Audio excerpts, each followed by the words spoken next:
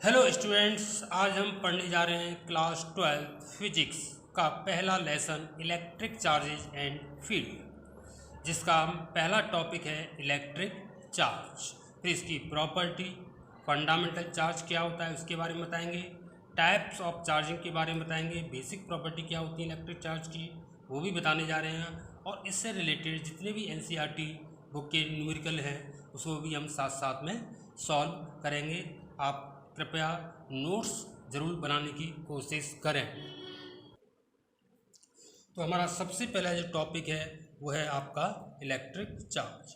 Electric charge क्या है? Electric charge is a intrinsic property of matter, कि जब हम दो वस्तुओं को आपस में रब करते हैं, रब करने से क्या होता है कि एक वस्तु से कुछ इलेक्ट्रॉन निकलते हैं, दूसरी पर चले जाते हैं, या पहली पर दूसरी वस्तु से इलेक्ट्रॉन आ जाते हैं।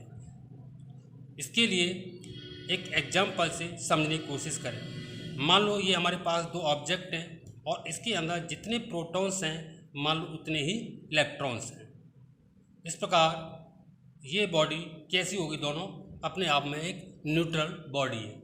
जब हम इन दोनों को आपस में रब करते हैं तो रब करने से किसी एक बॉडी से कुछ एक इलेक्ट्रॉन निकलते हैं। सपोज इसमें से दो इलेक्ट्रॉन निकलकर और इस बॉडी पर आ गए तो इस पर इलेक्ट्रॉन की जो नंबर ऑफ इलेक्ट्रॉन्स हैं वो ज़्यादा हो जाते हैं, और ये बॉडी जिस पर इलेक्ट्रॉन पहुँचे हैं वो नेगेटिव हो जाती है, और जिस बॉडी से इलेक्ट्रॉन निकल गए हैं वो बॉडी आपकी कैसी हो जाती है? पॉजिटिव हो जाती है।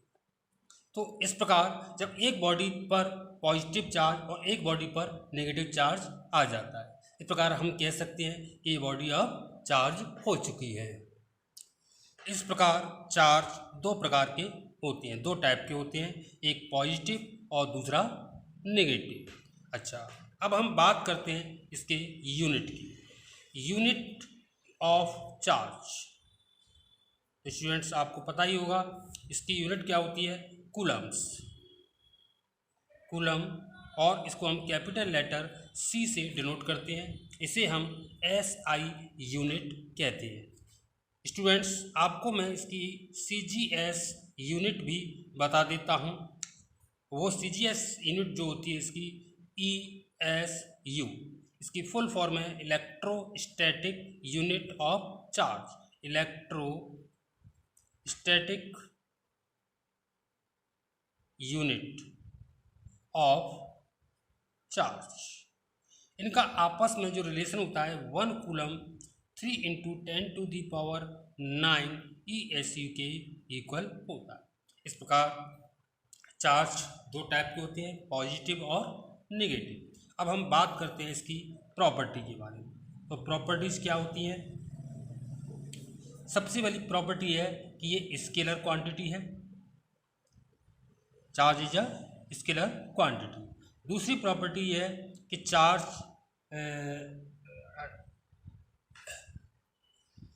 दूसरी प्रॉपर्टी है लाइक चार्ज रिपेल करते हैं and unlike charge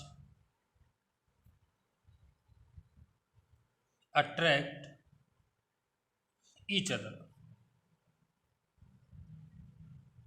that is, अगर दोनों पर दो चार्ज है और पास पास रखे हुए हैं और उन पर पॉजिटिव चार्ज है, या दोनों पर नेगेटिव चार्ज है, यानी इनको हम लाइक चार्ज बोलते हैं, अगर इनको पास पास रखेंगे तो ये एक दूसरे को रिपेल करेंगे, भगाएंगे, तो इसका ये रिपेल करेंगे।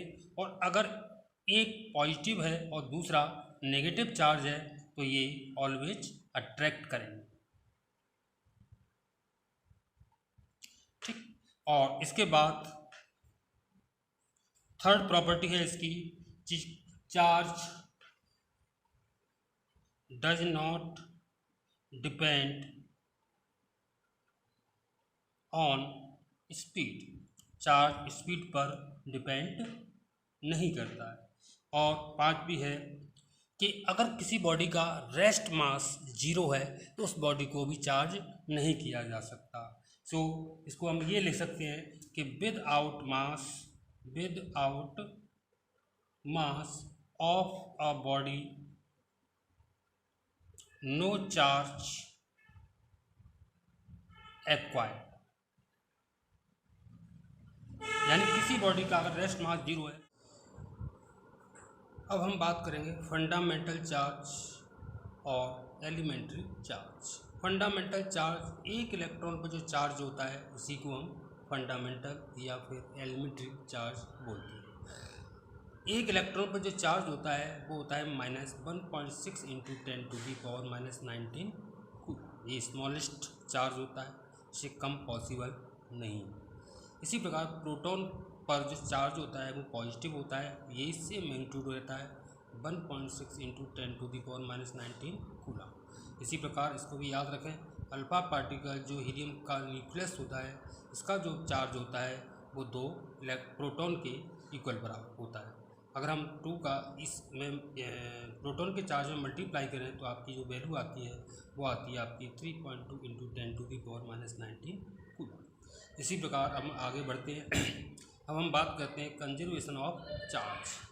कंजर्वेशन ऑफ चार्ज क्या है? कोई भी आइसोलेटेड सिस्टम है, उस पर जो चार्ज होगा उस पर हमेशा कांस्टेंट ही रहेगा, यानी the total amount of charge is an isolated system remains constant. It means that, यानी इसका मतलब ये है कि the charge can neither be created nor be destroyed. इसका एक एग्जाम्पल है, अगर बोर्ड एग्जाम आता है तो आप इसको लिख सकते हैं। 92 यूरेनियम 238, अगर हम यहाँ देखें तो 90 ये और 2 एटम नंबर 90 और 2 इन दोनों को प्लस करेंगे तो 92 ना चार्ज क्रिएट होगा और ना डिस्ट्रॉयड होगा। ठीक, पॉइंटाइजेशन ऑफ चार्ज क्या होता है? पॉइंटाइजेशन ऑफ चार्ज का मतलब ये होता है कि electric charge in nature integral multiple of smallest amount of charge, यानी प्रकृति में जितने भी चार्ज हों, अगर कोई बॉडी को चार्ज करते हैं वो हमेशा जो चार्ज होगा क्यू से डिनोट करते हैं इसको हम, वो हमेशा क्या होगा? एन यहाँ पर आपका एक इंटीजर नंबर है। इंटीजर नंबर आप बच्चों जानते होंगे, integer number 0, 1, 2, 3 and so on आगे। तो यहाँ पर एन की वैल्यू या तो 0 होगी, 1 होगी, 2 होगी, 3 होगी, यानी हम इसको प्लस माइनस भी एन ही भी बोल सकते हैं, जहाँ एन क्या है? नंबर ऑफ इलेक्ट्रॉन्स, और ई एक इलेक्ट्रॉन पर चार्ज होता है। यानी किसी बॉडी पर जो चार्ज होगा हमेशा या कितना हो सकता है? 10 इलेक्ट्रॉन पूरा हो सकता है, 1000 लाख 1 लाख इलेक्ट्रॉन्स के बराबर हो सकता है। क्या ये पॉसिबल है कि 2.5 इलेक्ट्रॉन्स? ये पॉसिबल नहीं है। 2.5 मीन्स ये होगा बच्चों कि 2 इलेक्ट्रॉन आपके ट्रांसफ़र पूरे हुए, और 0.5 मीन्स एक आधा इलेक्ट्रॉन टूट कर, तो ये पॉसिबल नहीं हो सकता। इलेक्ट्रॉन पूरा ही जाएगा एक बॉडी से दूसरी की बॉडी में। तो इस प्रकार कभी भी जो चार्ज होगा वो हमेशा इंटीग्रल मल्टीपल फॉर्म नहीं होगा, यानी Q = प्लस माइनस एन के इक्वल ही होगा।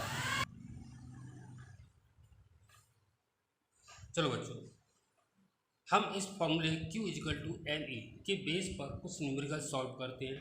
जैसे मैं एक पहला ही न्यूमेरिकल ले रहा हूँ जो ज़्यादातर 10th क्लास में भी है और आपका 12th क्लास में है। न्यूमेरिकल से ये है, हाउ मैनी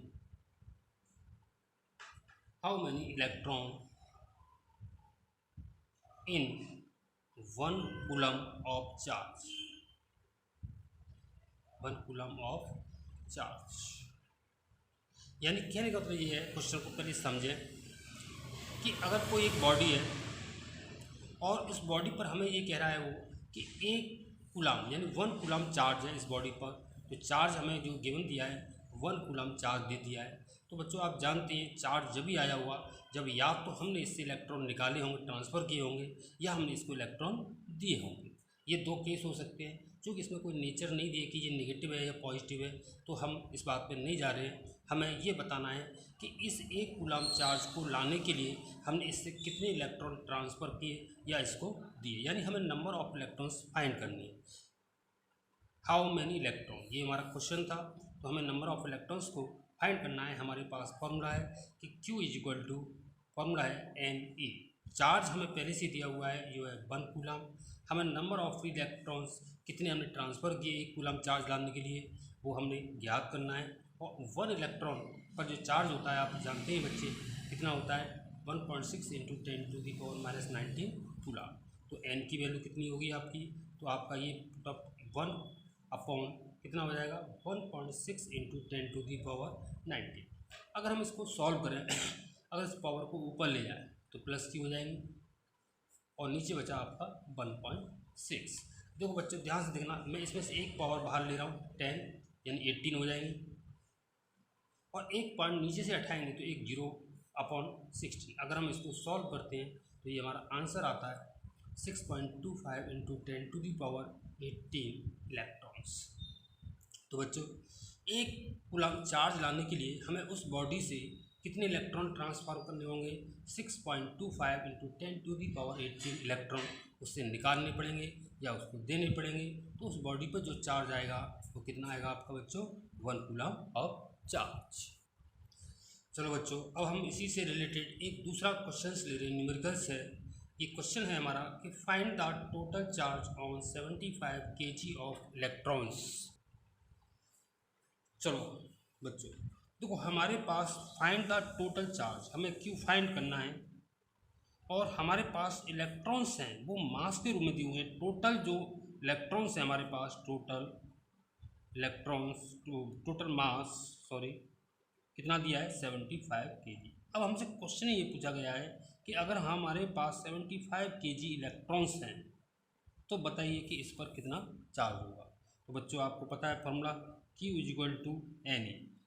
अब हम इस पर चार्ज ज्ञात करने के लिए हमें ये नहीं पता कि इसमें कितने इलेक्ट्रॉन्स हैं, मास दिया है हमें न कि नंबर ऑफ इलेक्ट्रॉन्स दिए हैं। तो सबसे पहले बच्चों हमें इसमें 75 kg में कितने इलेक्ट्रॉन्स हैं वो नंबर हमें फाइंड करने पड़ेंगे। आपको बता दूं बच्चों एक इलेक्ट्रॉन का जो मास होता है वो होता है आपका 9.1 इंटू 10⁻31 kg, वही शायद आप सभी बच्चे पहले से ही जानते हैं। चलो तो हम निकालते हैं नंबर ऑफ इलेक्ट्रॉन्स n। तो इसके लिए क्या करेंगे कि अगर हम इस टोटल मास में एक इलेक्ट्रॉन के मास का डिवाइड करें तो हमें क्या मिल जाएगा नंबर ऑफ इलेक्ट्रॉन्स। तो हम 75 kg जो इलेक्ट्रॉन्स थे उसमें हमने 1 इलेक्ट्रॉन के जो मास है हम इसकी सुविधा के लिए 9.1 न लेके केवल 9 ले रहा हूँ मैं, 9 इंटू 10⁻31।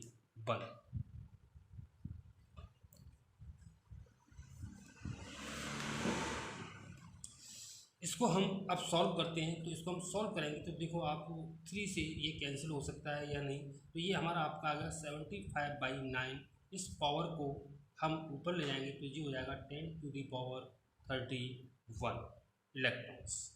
चलो हम इसको यहीं पर छोड़ देते हैं। इसके बाद हम अब सीधा चार्ज निकालते हैं। तो Q = अब हमें n की वैल्यू पता चल गई, वो n की वैल्यू है हमारे पास यानी इतने इलेक्ट्रॉन्स हैं हमारे पास, तो 75/9 इंटू 10⁻31 में एक इलेक्ट्रॉन का जो चार्ज होता है उसका मल्टीप्लाई कर दें तो हम उस बॉडी पर या उस 75 kg जो इलेक्ट्रॉन्स हैं टोटल चार्ज फाइंड कर सकते हैं। और एक इलेक्ट्रॉन पर जो चार्ज होता है आप लोग जानते हैं बच्चों 1.6 इंटू 10⁻90।